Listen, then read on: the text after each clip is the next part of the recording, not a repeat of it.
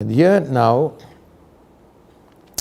Justin Joseph, I've answered some place, the name is familiar. Does God will the plurality of all religions, as Pope Francis mentions it in the Abu Dhabi document? In Lumen Gentium 2, it's mentioned that Christians and Muslims worship the same God. Recently saw the catechesis on it by Father Stephen Fernandez, but he didn't mention regarding it. Can you shed some light on this? Yeah. Thank you, Justin, for the very important and interesting question, Justin. I think what you say is relevant. I want to, let's, for accuracy's sake, Pope Francis and the Imam of in Abu Dhabi, not sure of his name, they together signed a document on human fraternity. When the Pope went to Abu Dhabi, it was a very widely circulated document. And I remember what you say, when I read the document, I had the same question. But there is a line there which I saw which says that God willed the diversity of religions. I want to take 2 points, Justin. I'm still reflecting. If I have more reflections on this, I'll share them with you. And I can appreciate what your question, asking your question. You say God willed, it means many things. Like everything happens by God's will. In that sense, pandemic, God willed this pandemic. But did God want a pandemic? No, certainly God doesn't want us to suffer. God doesn't want.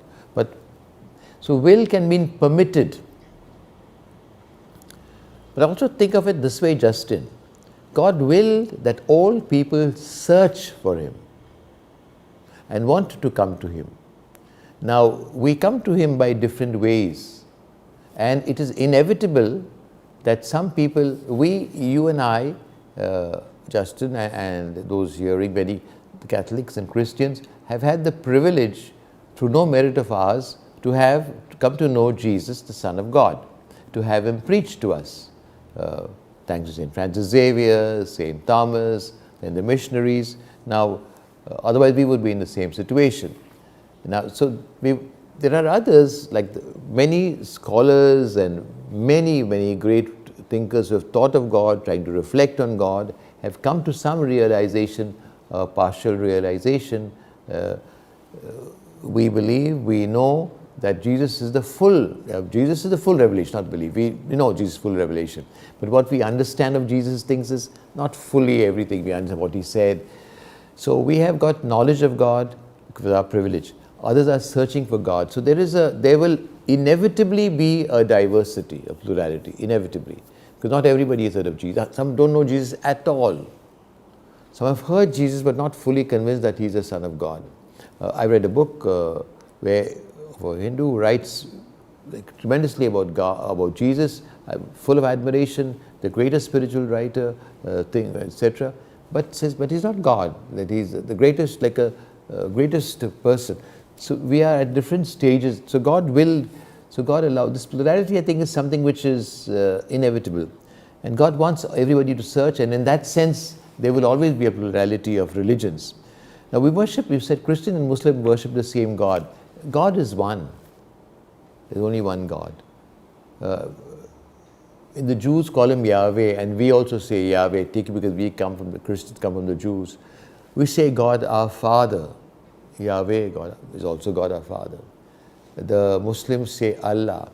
You'll be interested to know that in some Muslim countries, in the prayer itself, the Christian prayer, the word for God is Allah. So the idea that God is one, and it's true that all of us who are praying to God, no matter what religion, really are praying to the same God. But it's a very interesting question, Justin. You have thought it over, and you and I are still developing our thoughts on it.